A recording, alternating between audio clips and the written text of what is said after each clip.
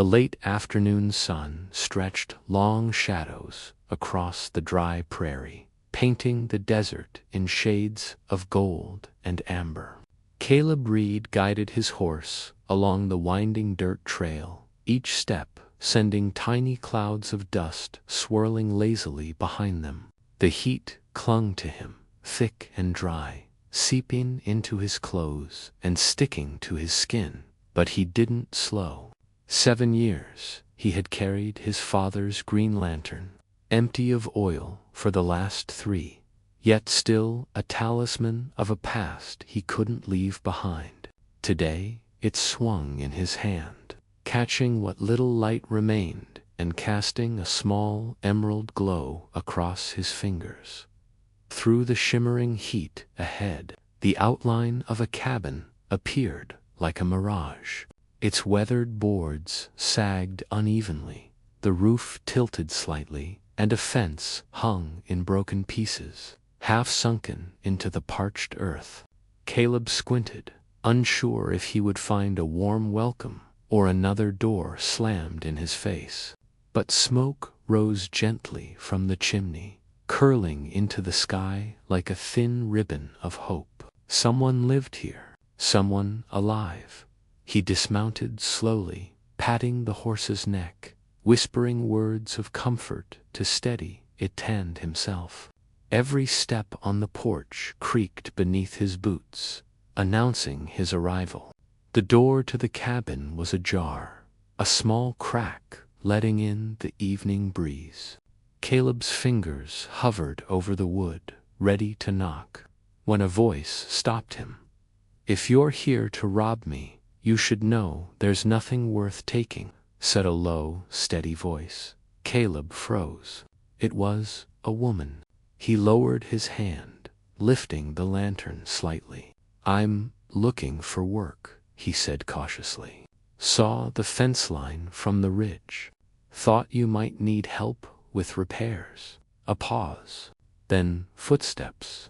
Heavy, confident, deliberate. The woman appeared in the doorway, and Caleb's heart skipped. She was taller than any person he had ever met, her presence filling the doorway with a natural authority. Her leather-fringed top and rugged pants bore the marks of hard work, sun-bleached and dust-specked. Blonde hair hung in a thick braid over her shoulder, and her eyes, pale and sharp, studied him with a focus that made him feel simultaneously exposed and understood. "You know how to mend fence?" she asked, her voice calm but unwavering. "Yes. Yes," he stammered. She let her gaze linger on him a moment longer, then shifted to the lantern in his hand. Something softened in her expression, maybe curiosity, maybe something gentler, something he had never experienced before. "Name?" she asked. "Caleb Reed," he answered. "Jessa," she said simply. No last name offered. "Work starts at first light. You can sleep in the shed out back. Cat blanket. Water pumps on the east side, though you'll have to prime it. Suppers at sundown. You eat what I make, or you don't eat." She began to turn back inside, then paused, as if considering something unspoken. And finally, the door closed behind her. Caleb stood on the porch for a long moment, the lantern growing warm in his grip, the golden sunlight cascading over his shoulders. He considered leaving, retracing the long trail he had come, finding a place where he might fit better, a place where he would not feel so small. But something in the way she had looked at him like he was not a problem, not a nuisance, but a person kept him rooted to the wooden boards beneath his boots. He made his way around to the shed, the heat sinking low as the sun drifted toward the horizon. Pushing open the crooked door, he found exactly what she promised: a cot, a thin blanket, the dust of many seasons lingering in the corners. Setting the lantern down, He sat on the edge of the cot, letting the day's fatigue settle into his bones. Through the single window he could see the main cabin, her silhouette moving within, tall and impossibly assured, for the first time in a long while. Caleb felt a flicker of something he couldn't name, anticipation, perhaps, or a quiet hope. He didn't know it yet, but the evening would bring more than work and sunburned hands. It would bring a chance for walls to crumble, for defenses to fall, and for a life he had spent years walking toward to finally feel within reach. The first light of dawn stretched pale and quiet across the desert, brushing the cabin and shed in soft, muted gold. Caleb Reed stirred beneath the thin blanket in the shed, muscles sore from the day's walk and the hard cot beneath him. Outside, the air was cool, carrying the scent of sun-baked earth and sage. He rose slowly, carrying his father's green lantern, and peeked through the small window. Movement in the cabin caught his attention, a tall figure, already active, bending over a stack of firewood, then straightening, boots crunching against the gravel, as she moved with confident purpose. Jessa, broad-shouldered and impossibly sure of herself, looked like she belonged to the desert itself. Her leather fringe caught the morning light, glinting with tiny specks of dust, and her braid swung over her shoulder as she lifted a heavy log without effort. Caleb had never seen anyone move with such natural strength, such calm authority, and yet there was something gentle in her motions, the way she handled her tools and the land around her. For a moment he forgot to breathe, mesmerized by her presence. He stepped out of the shed, careful not to startle the horse tethered nearby, and called softly, "Good morning." Jessa didn't turn immediately. Her back was still to him, broad and solid against the pale dawn. Then, without looking, she replied, "Morning. Tools are in the barn. Grab the wire cutters and hammer. We're starting on the north fence line." Caleb nodded, moving quickly to follow her instructions.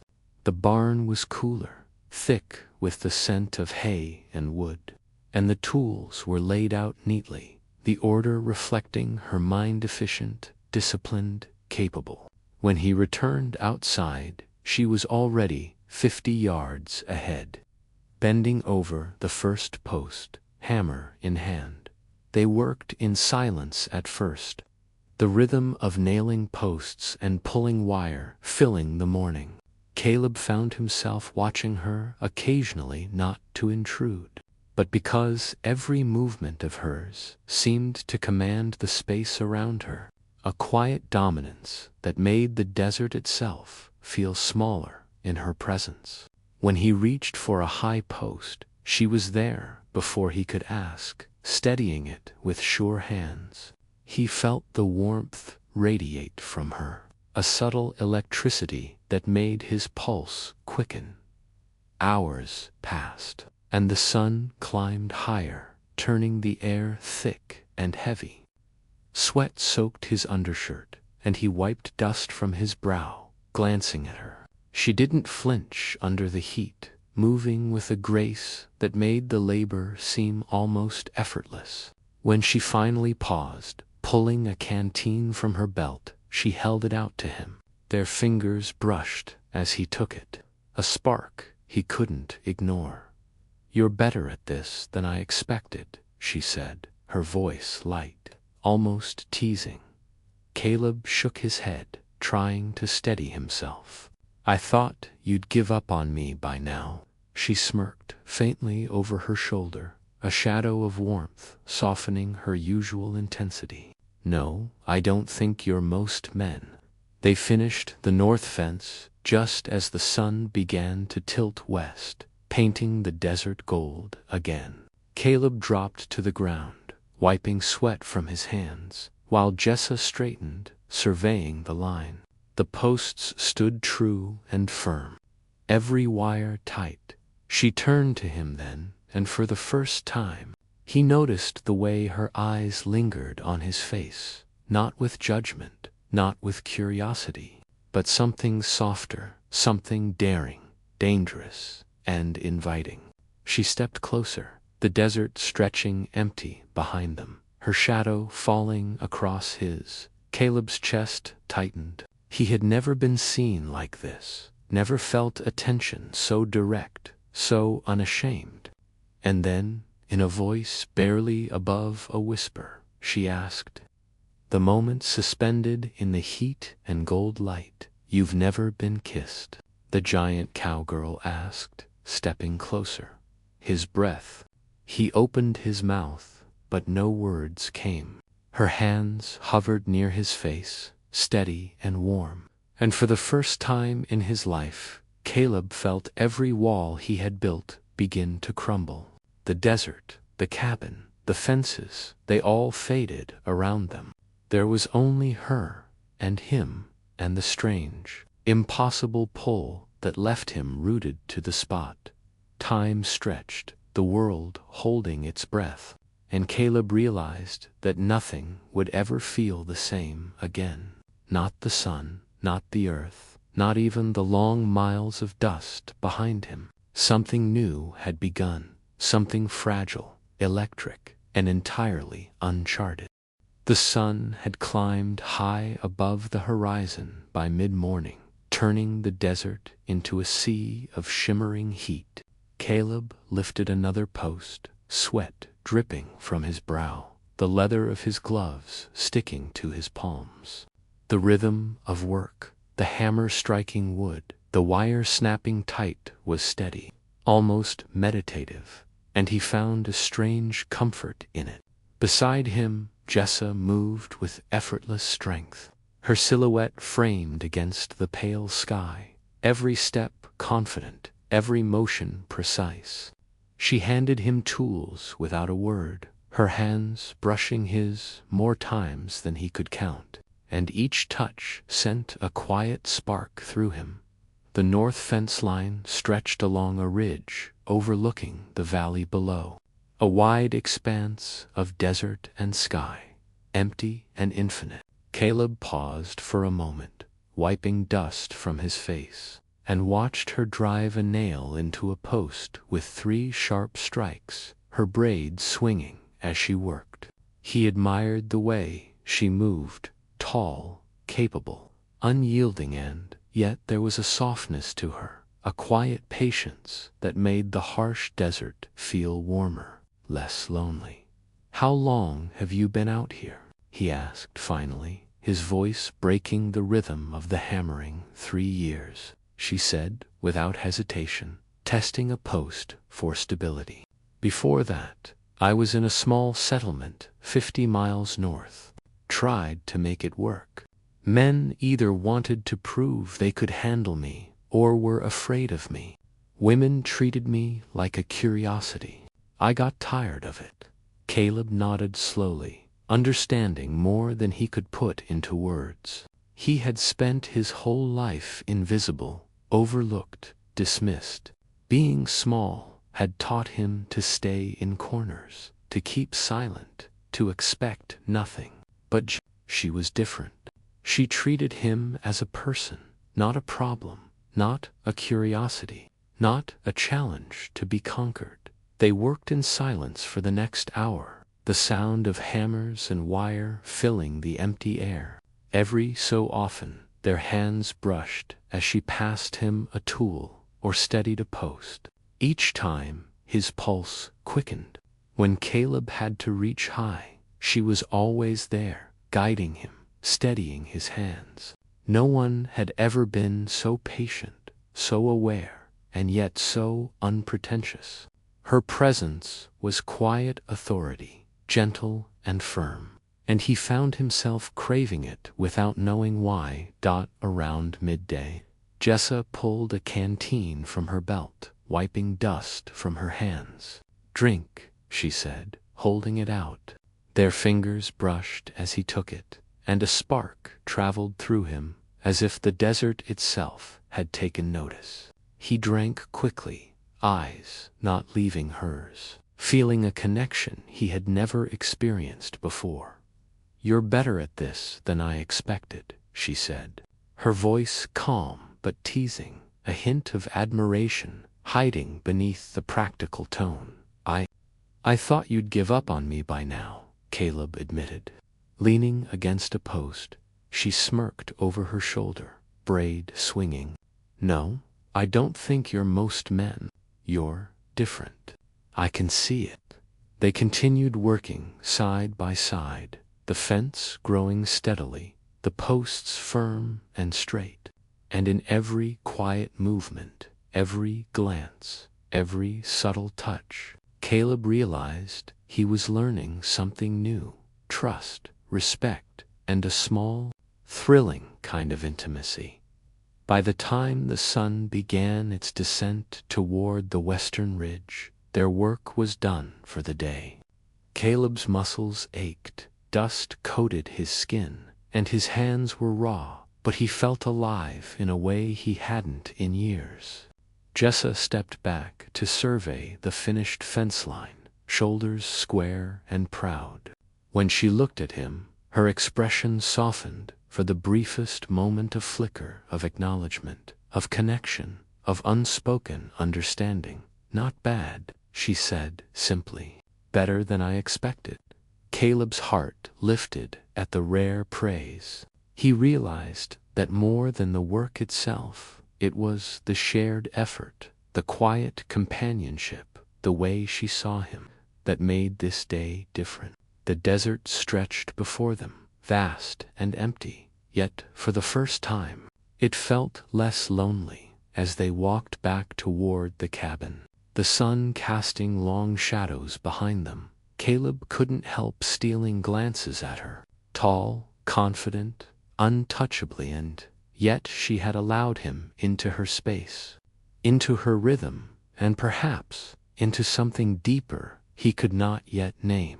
The day had started as labor, but it ended as something else entirely, a quiet bond forged in sun, dust, and the unspoken promise of understanding. Caleb felt the weight of the desert, the loneliness of years, beginning to lift, and for the first time in a long time, he allowed himself to hope. The desert sky had begun to burn with the colors of sunset, streaks of amber and crimson painting the horizon. Caleb followed the familiar dirt path from the fence line back to the cabin, his boots scuffing lightly in the cooling sand. The day's work had left his arms sore, muscles humming with fatigue, yet his heart thumped with an energy he hadn't felt in years. Behind him, Jessa's long stride carried her effortlessly across the desert, her silhouette outlined against the glowing sky, commanding and yet graceful. Inside the cabin, the air smelled of simmering stew, rich with herbs and roasted venison. Caleb set his tools aside and took a deep breath, letting the scent draw him forward. Jessa was already at the small cast-iron stove, ladling thick, fragrant stew into 2 bowls. Steam rose in gentle curls, carrying warmth and comfort. "Sit," she said simply, sliding a bowl across the wooden table. Caleb hesitated for a moment, aware of the space between them, the way the low table made him feel smaller beneath her towering presence. Yet there was no judgment in her eyes, only a calm expectation that he belonged here, in this moment. Beside her, they ate in silence at first, the sound of spoons clinking against bowls filling the small cabin. Caleb focused on the flavors, the smoky venison, the subtle sweetness of roasted root vegetables, but he found his attention constantly drifting to her. The way her braid rested over one shoulder, the curve of her strong arms, the calm intensity of her gaze as she lifted her spoon. There was a presence about her that made the cabin feel warmer, safer. and yet electric, with something unspoken. After a while, she set down her fork and looked at him directly. "Where did you come from?" she asked, voice low, casual but curious. "East," Caleb said, choosing his words carefully. "I've been moving west for the last year, running from something, maybe, or towards something. Haven't figured it out yet." He paused, eyes tracing the lines of her face in the lamplight. "The last places I tried, they didn't want me. They didn't see me." Jessa's gaze softened, a flicker of understanding crossing her features. "I know what that's like," she said quietly. "People either underestimate you, or they're afraid of you, or they just don't care to notice. That's why I left the settlement. Being alone was easier than being misunderstood." He nodded, a familiar ache stirring in his chest. For years, he had felt invisible, overlooked, dismissed. But now, sitting across from her, he realized that someone finally saw him. Not his size, not his past, not his mistakes. Him. "I've never fit anywhere," he said, voice low. "Never felt like I belong. People look at me, and they see something incomplete, something broken." Jessa leaned slightly forward, her hands resting lightly on the table. Her eyes searched his, not with pity, but with something tender, something that made the tightness in his chest loosen just a fraction. "I don't see that," she said softly. "I see someone who's survived, someone who's here now, and someone who matters." He swallowed hard, the words catching in his throat. Something in the way she said it, the calm certainty of her gaze, made him feel exposed in a way he had never allowed. He wanted to reach out, to touch her, to be close, yet feared breaking the fragile rhythm of this moment. "Caleb," she said quietly, her voice barely above a whisper. She leaned closer, just enough that he felt the warmth radiating from her body. "Has anyone ever," she trailed off, eyes flicking to his face, "ever kissed you?" He froze, the simple question sending a jolt through him. His lips parted and then closed again, and he shook his head. "No," he whispered. For a heartbeat, the world seemed to pause, the flicker of the lantern, the simmering stew, the distant wind outside, all of it fading until only her presence remained. Then she reached out, her hands cupping the sides of his face, tilting his head back slightly, eyes searching his for permission and truth. "You've never been kissed?" she asked again, softly, almost a whisper. The desert outside, the cabin, even the work they had done together, faded away. All that existed was her and him and the quiet, impossible pull between them.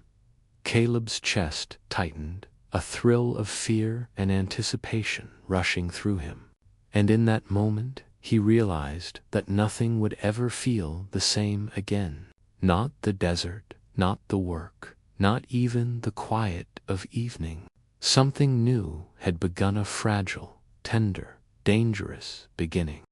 The desert had slipped into twilight, the horizon a canvas of deep oranges, purples, and fading gold. Caleb stepped onto the cabin porch, the warmth of the day giving way to the cool desert air, carrying the scent of sun-baked earth and sage.